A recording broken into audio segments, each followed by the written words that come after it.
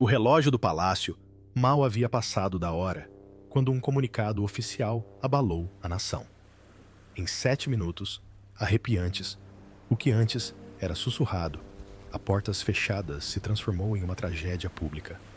O assunto? O príncipe Louis. O impacto? Uma mãe da realeza devastada. As lágrimas de Catherine não foram as únicas que transbordaram. Também surgiram perguntas pânico e uma busca desesperada por respostas. O que poderia ser tão devastador a ponto de abalar os próprios alicerces da casa de Windsor? Antes de nos aprofundarmos no que isso realmente significa para a família real, inscreva-se para não perder nenhuma atualização. Porque este não era o tipo de anúncio palaciano que chega com cerimônia ou tranquilizador. Era o tipo que cai, como uma mão fria, na garganta da nação. Curto, controlado dolorosamente e cuidadoso com cada palavra. O tipo de declaração que não explica, mas adverte.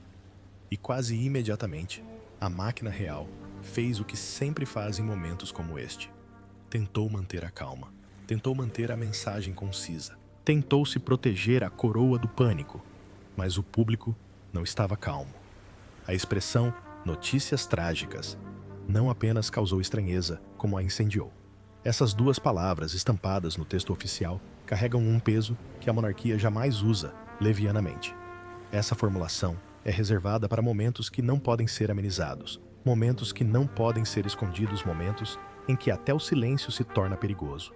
Em poucos minutos, todas as principais redações entraram em modo de emergência. Produtores começaram a ligar para contatos com quem não falavam há anos. Os correspondentes reais começaram a andar depressa, a falar ainda mais depressa e a recusar-se a dar declarações oficiais. E, de repente, a questão deixou de ser se algo tinha acontecido e passou a ser a gravidade da situação. E há quanto tempo sabiam disso? Porque o comunicado do palácio não surgiu do nada. Ele coincidiu com algo que as pessoas já tinham começado a notar, algo perturbador que não correspondia à narrativa oficial. Horas antes, Catherine tinha sido vista a sair de Kensington, não com a sua habitual postura serena, mas com um semblante que lhe parecia estranho. Seus olhos não estavam apenas cansados, pareciam feridos. E aqueles mais próximos da família real notaram algo arrepiante. Ela não estava cercada pela habitual formação calma de funcionários.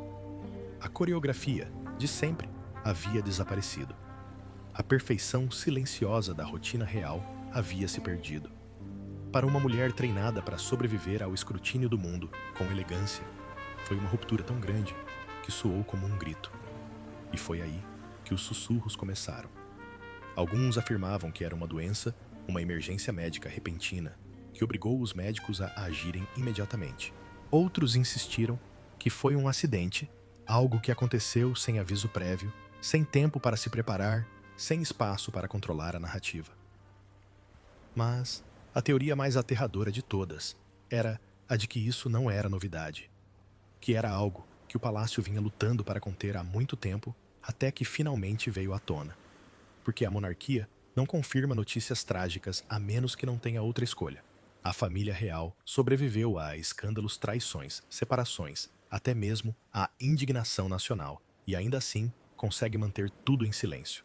Então, quando eles optam por falar dessa forma, significa que a verdade já está vazando em algum lugar através da equipe de pessoas de dentro, através daquele tipo de pânico privado que não pode ser abafado com comunicados de imprensa. E nas redes sociais, a reação explodiu como um incêndio florestal. A hashtag #PrayForLouis começou a bombar mais rápido do que qualquer um esperava. As pessoas não estavam apenas postando condolências, estavam postando medo. Pais, avós, apoiadores assistindo a cada vídeo antigo de Louis com novos olhos, revendo cada momento, procurando por sinais. Ele estava quieto naquela aparição. Estava cansado. Aquele sorriso era forçado. De repente, todos se transformaram em detetives, não porque quisessem drama, mas porque sentiam que algo profundamente errado se escondia sob a calma do palácio. E no meio de tudo isso estava Catherine. Não a futura rainha, não o ícone da realeza, não a figura impecável que o mundo pensa conhecer. apenas uma mãe, enfrentando algo do qual nenhum título pode protegê-la. Porque se esta notícia trágica for mesmo o que parece, então Catherine não está chorando para as câmeras. Ela está chorando porque algo está acontecendo com seu filho. E o palácio sabe que o mundo está prestes a descobrir. Mas, por trás do comunicado cuidadosamente elaborado do palácio, esconde-se uma teia de segredos. E a verdadeira história começa longe dos holofotes, em um capítulo oculto da vida de Louis que a monarquia lutou desesperadamente para manter enterrado. Durante anos, a princesa Catherine usou seu sorriso característico como uma armadura. Mas por trás da imagem pública radiante, havia uma mãe lutando contra uma tempestade silenciosa.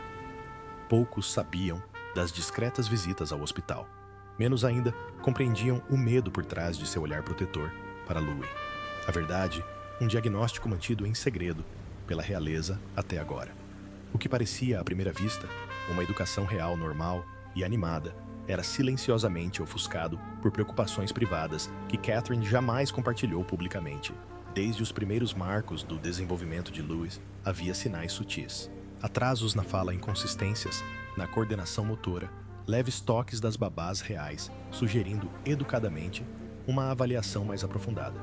Mas foi Catarina, sempre instintiva, sempre atenta, quem viu o que os outros ignoraram. Nos bastidores do palácio, ela iniciou a primeira de muitas consultas, visitas discretas e anônimas a clínicas especializadas. Especialistas internacionais, trazidos sob pseudônimos, avaliações neurológicas, exames de desenvolvimento. Não era apenas precaução, era desespero disfarçado de calma. Ainda assim, Catarina se recusou a deixar que qualquer outra pessoa assumisse o controle. Embora a tradição ditasse uma rede de assessores reais para gerenciar cada detalhe médico e pessoal, ela não confiou no protocolo com Louise, não desta vez não, com sua filha caçula.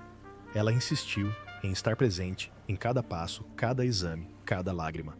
Sua agenda mudou discretamente, compromissos foram sutilmente cancelados. O sorriso jamais vacilou. Ficou claro para aqueles do círculo íntimo mais restrito que este não era um problema de saúde comum. As perguntas não eram sobre cura. Tratava-se de lidar com a situação, administrá-la, prepará-la e talvez, o mais perturbador, aceitá-la. Até mesmo a rainha Elizabeth, em seus últimos meses de vida, foi discretamente informada da situação. Sua reação, uma única frase, proferida com uma gravidade arrepiante: protejam a criança, mas protejam também a coroa. Essa mensagem não era apenas um aviso. Era uma diretriz real e colocou Charles em uma posição que ele há muito temia. Escolher entre a transparência e a tradição. Dentro dos muros de Kensington, o sofrimento emocional de William e Catherine se agravou. À medida que o estado de saúde de Louise se tornava mais claro em privado, também se tornava evidente a divergência sobre como lidar com a situação. Guilherme, sempre atento ao legado, insistia na cautela. Catarina, movida pelo instinto materno, desejava honestidade, mesmo que isso significasse ser alvo de escrutínio. As discussões tornaram-se frequentes. Palavras duras eram trocadas a portas fechadas. Catarina acusava Guilherme de temer a fragilidade pública. Guilherme retrucava que ela não compreendia a fragilidade da monarquia. E durante todo esse tempo, Louis permanecia alheio a tudo. Inocente, sorridente e risonho, desenhando vivendo sua infância, como se a tempestade não o cercasse. A pressão aumentava a cada mês que passava. E ainda assim, o público jamais percebeu as rachaduras. Catherine mantinha cada aparência com uma graça praticada. Ela guardava o segredo do filho com a precisão de uma soberana e o amor de uma mãe que sabia que o mundo poderia não ser gentil com ele se a verdade viesse à tona. Porque a decisão de esconder a condição de Louis não se tratava apenas de privacidade, era uma questão de preservação. Catherine acreditava de todo o coração que seu filho merecia uma vida normal. Uma vida não definida pelo seu diagnóstico, não ditada por obrigações reais. Ela não queria as manchetes. Não queria os sussurros. Queria que Louise fosse apenas Louise. E assim, uma decisão foi tomada. Uma decisão perigosa. Uma decisão real. Manter em segredo. Manter em silêncio. Preservar a ilusão. Não por poder, mas pela normalidade. Mas nenhum segredo permanece enterrado para sempre. E quando um incidente trágico quebrou o silêncio, a fachada real se desfez diante de todos. Aconteceu em uma propriedade privada, longe das câmeras. Mas as consequências reverberaram pela monarquia como um tambor de guerra. Um colapso repentino, um resgate aéreo médico e uma família mergulhada no caos. O momento que temiam havia chegado, e não havia mais como esconder Louis do mundo. A família real havia se refugiado em seu retiro no campo, na esperança de um breve momento de serenidade. Sem funcionários, além do essencial, sem compromissos agendados. Era para ser um momento tranquilo, pacífico, comum. Mas num instante aterrador, tudo mudou. Louis, que brincava por perto, congelou de repente, tropeçou e caiu. Não se levantou. O pânico se instaurou imediatamente. Catherine foi a primeira a chegar até ele. Seu grito teria ecoado pelos campos. Em instantes, os protocolos de emergência foram acionados. Oficiais da segurança real treinados para lidar com todo tipo de ameaça política ficaram impotentes enquanto solicitavam um helicóptero médico pelo rádio. Não se tratava de uma falha de segurança. Era algo muito pior. Foi o colapso de uma criança que eles haviam sido instruídos a proteger a todo custo. William, visivelmente abalado, carregou Louis até a equipe de emergência que aguardava. Os paramédicos, já informados sobre os riscos potenciais, agiram rapidamente, mas sua preocupação era evidente, e o silêncio deles durante a decolagem falou mais alto do que qualquer sirene. George e Charlotte, a princípio alheios à situação, foram rapidamente retirados da propriedade por uma segunda equipe. Seus rostos estavam pálidos, e suas perguntas foram respondidas com afirmações ensaiadas, porém vazias. Eles sabiam que algo estava errado. Eles podiam sentir. Quanto a Catherine, ela desabou ali mesmo, em público. Pela primeira vez, em décadas, uma futura rainha perdeu toda a compostura. Testemunhas dizem que ela caiu de joelhos, soluçando incontrolavelmente, sussurrando o nome de Louis, enquanto a ambulância aérea desaparecia no céu. E, embora o público ainda não tivesse conhecimento do caos que se desenrolava o sistema de comando interno da coroa, entrou em alerta máximo. Todos os funcionários do hospital que tiveram contato com o príncipe Louis foram colocados sob um código de emergência vermelho da monarquia. A ordem era acionar um protocolo ultra raro, ativado apenas em situações consideradas críticas para a segurança nacional ou a sucessão real. Essa classificação, por si só, causou um grande impacto na infraestrutura do palácio, pois o protocolo vermelho da monarquia não é acionado para ferimentos leves, nem mesmo para doenças graves. Ele é reservado para o tipo de evento que pode mudar a percepção da monarquia da noite para o dia. Um evento que exige controle total da informação do acesso e da imagem pública. Os relatórios internos começaram a chegar aos superiores. Palavras como sem resposta, neurológico e causa desconhecida começaram a aparecer em resumos criptografados, enviados aos assessores da família real. Conselheiros seniores convocaram reuniões de emergência, e os rumores que assombravam o nome de Louis há anos deixaram de ser rumores. Tornaram-se alarmes altos reais e absolutamente inevitáveis. A monarquia não tinha mais o controle da situação. Estava no meio de uma crise que não conseguia conter. E desta vez, nenhum protocolo, nenhuma narrativa, cuidadosamente elaborada, poderia desfazer a realidade de que uma criança, o rosto mais jovem da coroa, era agora alvo de preocupação nacional e escrutínio global. Enquanto o mundo especulava e os bastidores entravam em pânico, o rei Charles foi forçado a tomar uma decisão impossível que envolvia confrontar verdades há muito ignoradas. Quando o monarca convoca um conselho de emergência depois da meia-noite, algo está muito errado. Fontes confirmam que o rei Charles ordenou a reunião de todos os seus principais conselheiros com um tom frio e resoluto. Não se tratava mais apenas de um assunto familiar. Era um risco para a segurança nacional, e Charles não ia mais esperar. A ligação chegou a Charles enquanto ele estava no meio de uma frase discursando para uma delegação formal no exterior. Um assessor se aproximou, sussurrou algo em seu ouvido, e a expressão do rei, segundo relatos, mudou de serena para furiosa em segundos. O discurso foi interrompido. As formalidades foram abandonadas. Em Language Not Registered for Generation minutos, o rei estava de volta em solo britânico. Seu jato foi redirecionado seguindo um código real, discreto, usado apenas em tempos de guerra ou emergências pessoais envolvendo herdeiros do trono. Quando Charles aterrissou Kensington, já estava um caos. A comunicação real lutava para controlar a narrativa, mas nada funcionava. Repórteres acampavam em frente aos hospitais. A violação da segurança nacional havia desencadeado uma resposta de nível de inteligência. E pior, dentro do palácio, a família estava se fragmentando. O primeiro sinal de que aquele encontro seria diferente de todos os anteriores veio na forma de um silêncio. Camila não foi convocada. Nenhuma explicação, nenhuma nota de cortesia, nenhuma inclusão, uma decisão deliberada.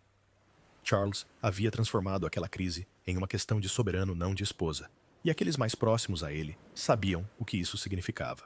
Não se tratava apenas de uma questão pessoal, mas sim constitucional. William chegou uma hora depois do pai tenso, irritado e frustrado. Segundo relatos, ele argumentou contra qualquer divulgação prematura, alertando que tornar o assunto público poderia prejudicar permanentemente o futuro de Louis e desestabilizar a já frágil confiança do público na monarquia. Mas Charles não dava mais ouvidos aos conselhos. Por muito tempo, ele acreditou ter adiado o esperado e protegido a situação. Mas agora, com o colapso de Louis e a crescente especulação internacional, o preço do silêncio havia se tornado alto demais. Conselheiros começaram a chegar à sala do conselho. O Lord Chamberlain, o secretário particular, representantes médicos e principalmente os conselheiros constitucionais da coroa, figuras que não eram vistas à mesa desde o falecimento da rainha. O que se seguiu foi uma tempestade de divergências. Juristas debateram a linha de sucessão, caso Louis fosse considerado inapto por motivos médicos. Outros levantaram preocupações éticas sobre a divulgação pública da saúde de um menor. Alguns defenderam a transparência imediata. Outros alertaram para consequências irreversíveis.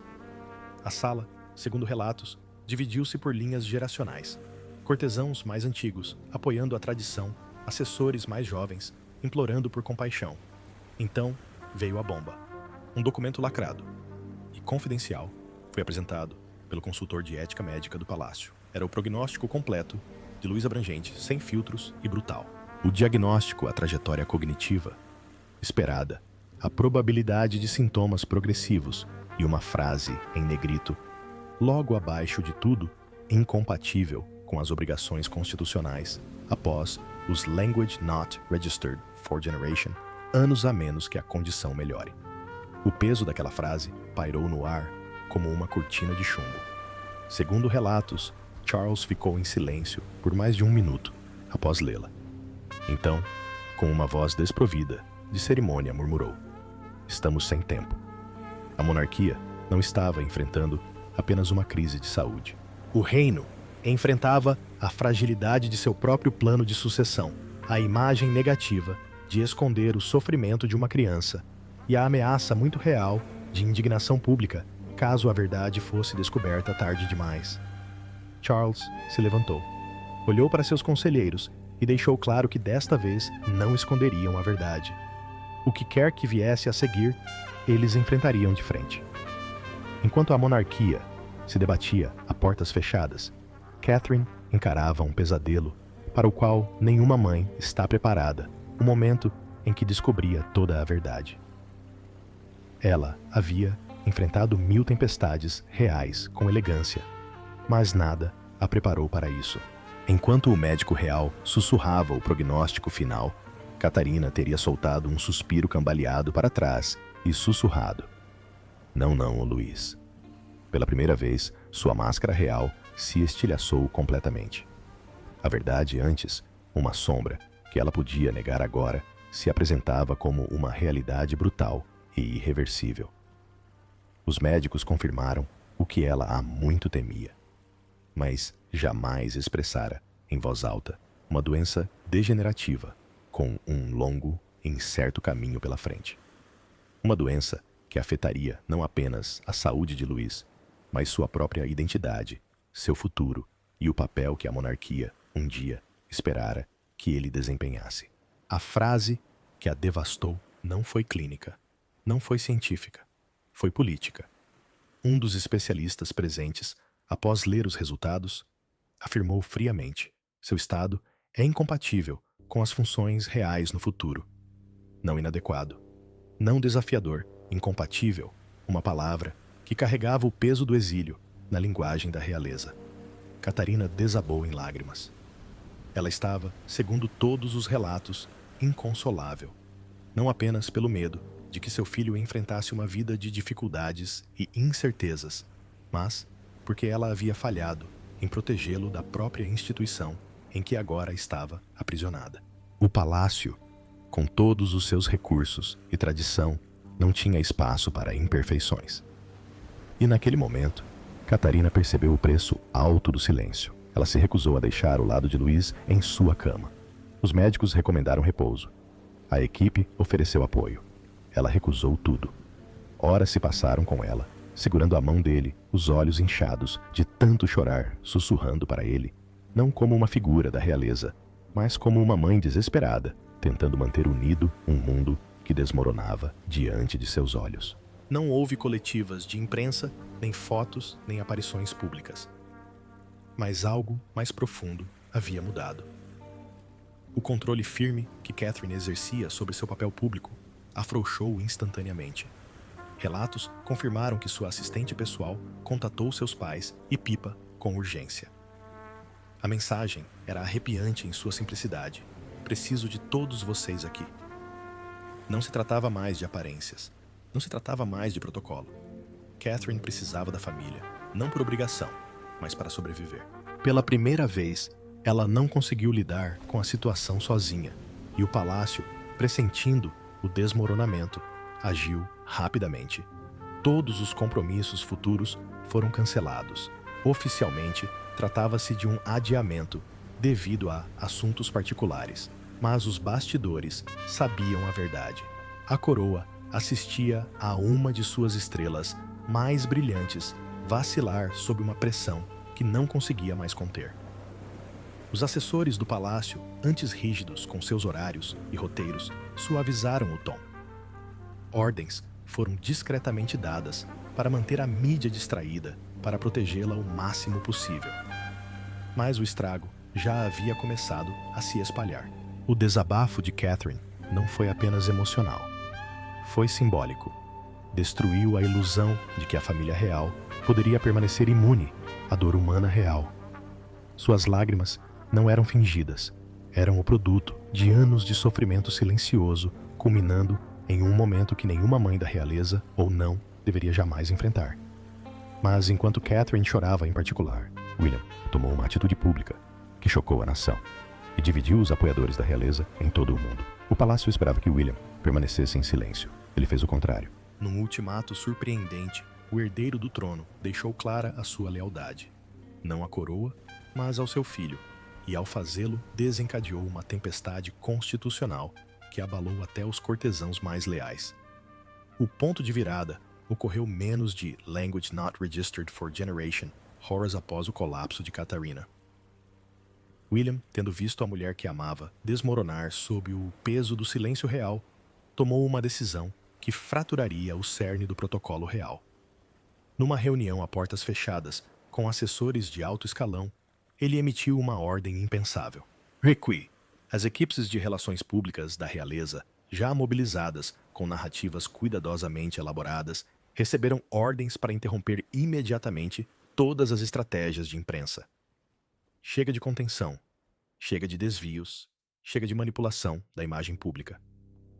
Ou a verdade sobre Louis seria tratada com transparência, ou William se afastaria juntamente com sua família de todas as funções reais por tempo indeterminado. A sala ficou em silêncio. Isso não era uma sugestão, era um desafio direto ao sistema em que ele nascera. O confronto com Charles veio em seguida e foi tudo menos tranquilo. Fontes confirmam que pai e filho entraram em conflito em um dos encontros privados mais explosivos desde os tempos de Diana. Charles, sempre o protetor da estabilidade da monarquia, implorou por paciência, por cálculo, por adiamento. Mas William se recusou a ceder. Ele não era mais o herdeiro obediente. Era um pai, lutando pela dignidade do filho. E pela primeira vez, o futuro da coroa estava sendo reescrito, não pela tradição, mas pela fúria. A situação piorou. quando Camila entrou na discussão.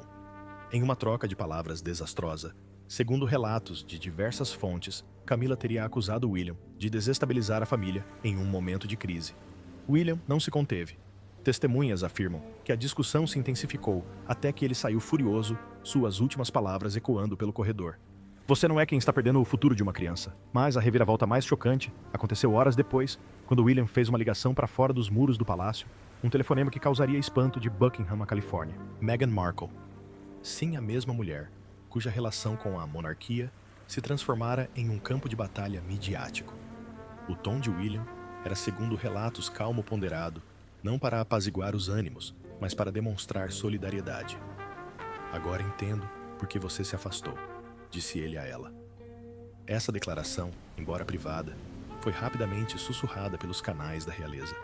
Por trás de cada manchete havia uma verdade simples e poderosa. William não estava mais interessado em manter a ilusão de controle. Sua família, sua esposa, seus filhos. Eles vinham em primeiro lugar.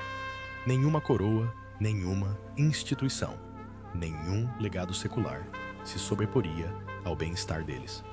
Sua declaração pública subsequente deixou o mundo atônito. Meu filho vem em primeiro lugar. Com coroa ou sem coroa, o efeito foi imediato. As facções da realeza se dividiram. Alguns elogiaram sua coragem, outros a chamaram de traição. Conselheiros importantes começaram a elaborar planos de contingência caso o príncipe de Gales abandonasse completamente a linha de sucessão. Mesmo assim, William não vacilou. Manteve-se firme, sabendo que, uma vez revelada a verdade, o público não questionaria sua resolução, mas sim o silêncio que a precedeu. E enquanto a Casa de Windsor cambaleava à beira do colapso institucional, um vazamento de informações internas explodiu como uma bomba. Ficou disponível online por apenas Language Not Registered for Generation Minutos, mas foi o suficiente. Um arquivo médico real vazado, supostamente autêntico, revelou mais do que qualquer um estava preparado para ouvir datas, diagnósticos, anotações codificadas e uma palavra que nenhum membro da realeza jamais esperava ouvir novamente. Herdado. O arquivo veio à tona as Language Not Registered for Generation H. Language Not Registered for Generation da Manhã, carregado anonimamente em um fórum de denúncias médicas que rapidamente ficou sobrecarregado de acessos. Em instantes, espalhou-se como fogo em palha por plataformas de mídia social criptografadas. Capturas de tela começaram a aparecer no Twitter, depois no Telegram e, em seguida, em redações de notícias tradicionais. E, embora as equipes jurídicas da realeza tenham agido rapidamente para apagar a publicação original, o estrago já estava feito. No cerne do vazamento estava uma única página, sem redação clínica precisa e devastadora. Ela confirmava o que o palácio havia se esforçado incansavelmente para conter. O príncipe Luís lutava contra uma rara doença neurológica hereditária que afetaria gradualmente a função motora, a clareza cognitiva e, principalmente, a capacidade de desempenhar funções públicas de forma contínua ao longo do tempo. Não se tratava de um diagnóstico temporário, era permanente e progressivo, e como o documento observava, friamente incompatível com as obrigações constitucionais além da adolescência. Mas o que realmente abalou a monarquia não foi apenas o diagnóstico, era a implicação. Uma linha no arquivo, escondida entre códigos médicos e resumos clínicos, mencionava algo chamado Protocolo Elizabeth, uma diretiva real, secreta de contingência que se acredita ter sido criada durante o reinado da falecida rainha e destinada a lidar com cenários em que herdeiros ou membros da realeza pudessem enfrentar problemas de saúde de longo prazo, que comprometessem a confiança pública ou a sucessão. Ninguém fora da coroa jamais o tinha visto. Agora era conhecimento global. A parte mais perturbadora, marcadores genéticos. O relatório vazado não parou em Louise. Ele mencionava um gene adormecido, herdado da mãe. Um gene que poderia ter pulado gerações, passado, despercebido, oculto em silêncio. Mas agora, com o avanço da ciência moderna, ele tinha um nome, um legado, uma origem. E os rumores se intensificaram. Será que Diana carregava esse gene sem saber? Seria um fantasma do passado, retornando para assombrar a casa de Windsor. Como se não bastasse, anexadas ao arquivo estavam anotações digitalizadas, manuscritas, cruas, profundamente pessoais. As próprias palavras de Catherine rabiscadas durante uma das internações de Louise nunca deveriam ter sido vistas. Mas agora estavam por toda parte. Uma frase, em particular, capturou a atenção do mundo. Deixem-no viver livremente. Não o aprisionem por um título que ele nunca pediu. Era um apelo, o grito de uma mãe para proteger seu filho, não apenas da doença, mas também da máquina da coroa. A equipe jurídica da realeza entrou em ação imediatamente. Cartas foram enviadas. Plataformas tecnológicas foram ameaçadas, mas já era tarde demais. As capturas de tela eram imortais. Âncoras de telejornais dissecavam cada linha. Especialistas médicos davam seus pareceres. O sentimento público explodia em fúria e empatia. Alguns culpavam o palácio por esconder tudo. Outros culpavam a imprensa por expor o ocorrido, mas ninguém conseguia ignorar o que tinha visto. E dentro dos muros de Buckingham e Kensington, uma dura realidade se impôs. A verdade viera à tona. A ilusão se despedaçou, e a monarquia encurralada e exposta, agora, enfrentava um acerto de contas muito maior do que qualquer luto pessoal. Exposto e encurralado, o palácio não teve escolha, a não ser emitir uma declaração final, uma atitude que mudaria a história da realeza para sempre. Exatamente. As language not registered for Generation H. Language not registered for Generation. Da manhã. O palácio divulgou um comunicado sombrio de 7 linhas confirmando o impensável. Pela primeira vez na monarquia moderna, a coroa reconheceu a realidade médica de um filho da família real e anunciou que o príncipe Louis se afastaria indefinidamente de seus deveres públicos. Foi um comunicado curto, cauteloso e desprovido de qualquer floreio real, mas seu significado abalou os alicerces da monarquia. A mensagem, marcada por um tom de serena finalidade, não fez qualquer esforço para amenizar o impacto. O príncipe Louis não seria mais preparado para a vida cerimonial. Seu caminho antes traçado pela linhagem e pelo dever seguiria agora um rumo definido pela família, pela saúde e pela cura. A linguagem era surpreendentemente pessoal para um comunicado real. Citava um profundo compromisso familiar com a privacidade e a recuperação, sinalizando não apenas uma verdade médica, mas também uma mudança emocional na forma como o palácio lidaria com a situação. A coroa não estava defendendo um escândalo. Era um reconhecimento a um filho. Uma criança. Uma vida frágil demais para ser colocada na frieza mecânica da tradição. Os nomes de William e Catherine eram centrais na mensagem. Pela primeira vez, eles não foram mencionados por título ou posição, mas por seu papel pais. A declaração confirmava que eles se afastariam da vida pública por tempo indeterminado para se dedicarem à família. Ninguém deixou de perceber o subtexto. Isso não era temporário. Era uma transformação. O que se seguiu foi uma onda de reações públicas, sem precedentes desde a morte de Diana. Alguns expressaram tristeza e apoio gratos pela honestidade e transparência. Outros criticaram os anos de silêncio, exigindo saber por que foi preciso um vazamento para trazer a verdade à tona. Argumentaram que a monarquia escolheu o segredo, em vez do apoio, a imagem, em vez da autenticidade, e agora estava pagando o preço. Mas em meio ao ruído, uma voz se destacou.